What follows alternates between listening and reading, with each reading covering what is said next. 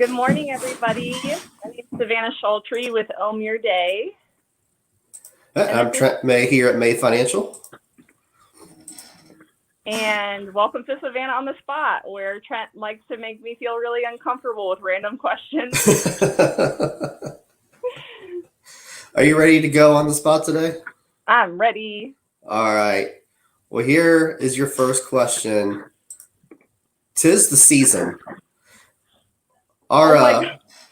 One of our favorite holidays is coming up, Halloween.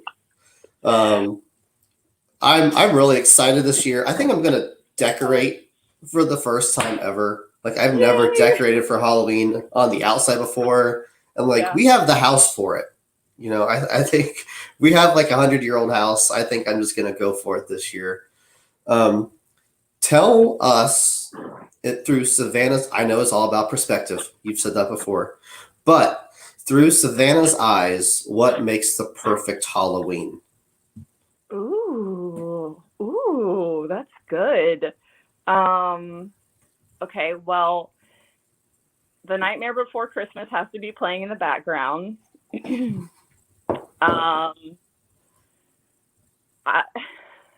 don't know. I'm just going to say a bunch of random things.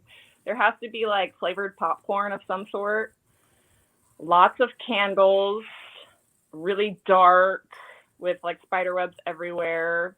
Everyone is like on point with their costumes. Like nobody's showing up in jeans. Mm-hmm. I don't know. And then just, having a good time. Maybe a fire. Fire's always good for every season. So, yeah, a nice fire going. Yeah. See, my go-to costume has jeans, though. Okay, well, if it's a part of the costume, that's all right. But I'm saying, like, nobody's showing up casual. I see. Like 3-Hole Punch Jim from The Office. I don't watch The Office, or okay. Enough to know references.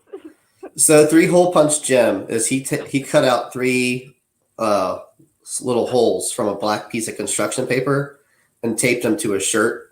So he was 3-Hole Punch Jim. Nice. I mean, if it's like super creative like that, you know, like if the person was like super awkward and came up with like a really creative like costume like that, I'd fly with it. I think the best I've seen lately is someone on one half was dressed as Freddie Mercury. On the other half, they were dressed as Freddy Krueger. And so they were Freddy Krueger. Oh my God, that is so good. Oh, I love that. Oh my gosh. So I'm just going to slide this in here real fast, but I don't know if you ever watched Mad Men, but the Don Draper's, not his first wife, but his second one, I swear to God, she looks like Freddie Mercury, like the female pop version of Freddie Mercury. I was so like in belief of it that I had to do like a matchup where I put their profiles together, and it's freaky. It's like shit. Doppelganger woman. Nice. Anyway. And if you're watching and you have a random question for Savannah, just leave it. I mean, we might ask it here live during the show. Yes, okay. Do it. We like fun. So if you have a question, ask away in the comments. Savannah, one of the things I really liked learning about what you do is you work with people that have limited mobility, especially like stroke survivors. What is it about your practice that kind of gives you that nice little niche, you think? Well, kind of funny because my niche is changing, but yes, I have worked with people with chronic illnesses and limited mobility for 5 years. And I think what I kind of fell into it. That's like a lot of things in my life. I kind of like things happen and I just kind of roll with it. And my teacher was getting out of private clients. And so she transferred her clients over to me, and they just happened to have limited mobility and chronic illnesses. But I am all about like yoga for you. And so it was a real challenge because they have challenges, and so I really fell in love with it because it helped me become creative in my teaching to try to figure out, like, okay, how can I make this yoga practice work for someone that can't get down to the floor? Or, if they have multiple sclerosis and they're dealing with spasticity or something like that, how can we make this work for them? And really like empowering people, like just because you're dealing with um, something that might not be typical. I don't even like that word typical, but just because you're dealing with something doesn't mean that you can't like have a fulfilled life, and yoga can help people of, all different varieties of life tap into that. Cool. And I So forgot, Mahmood asked a question. I totally forgot about it last Mahmood week. asked, what was his question? His question was, what's the best bedtime routine? Oh, okay. Well, do you want to share that? Yeah.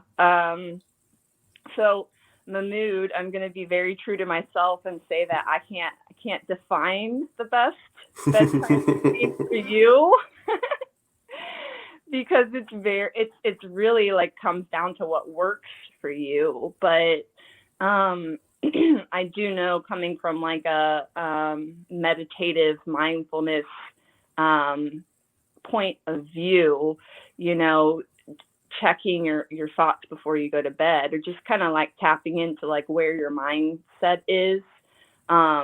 I know there's a lot of people out there that suffer from insomnia, and part of it is because we've got that brain, the ticker tape, like Mhm. running. And so one thing that you can practice, or you can try out and see if it works for you, is to practice mindfulness before you go to bed.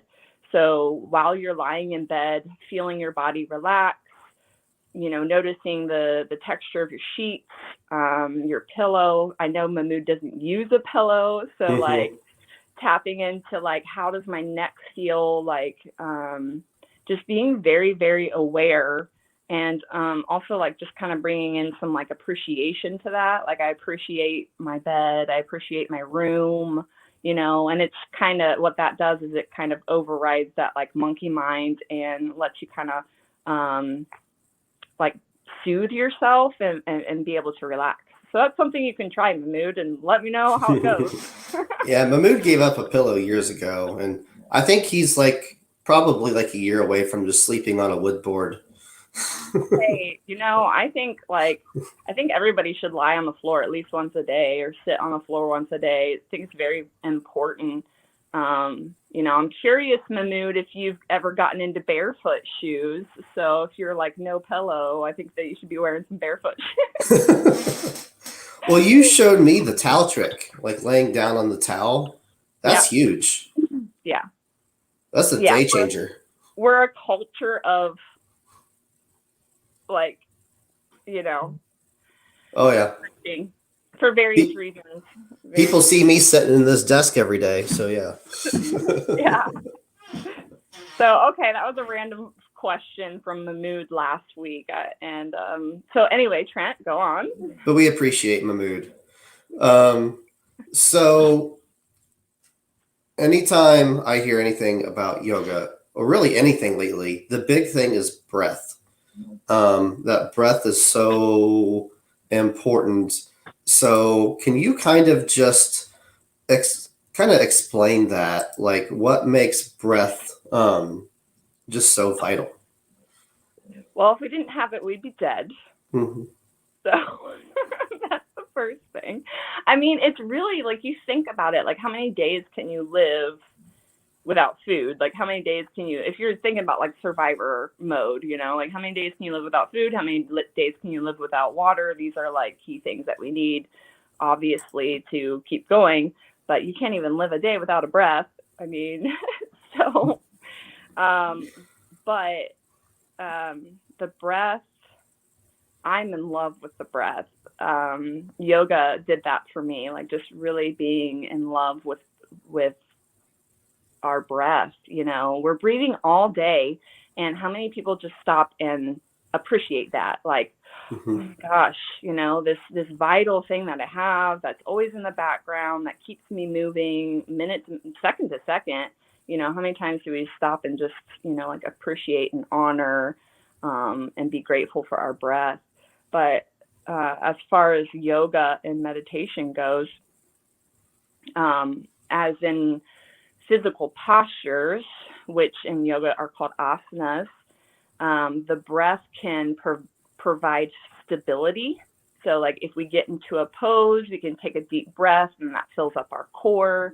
It also can be a focal point if the posture is a little more challenging. Instead of focusing on what we're doing wrong, or where we're shaking, because we're creating that energy, to strengthen our bodies, we can focus on the movement of the breath, and that distracts our mind and allows us to ease into the pose.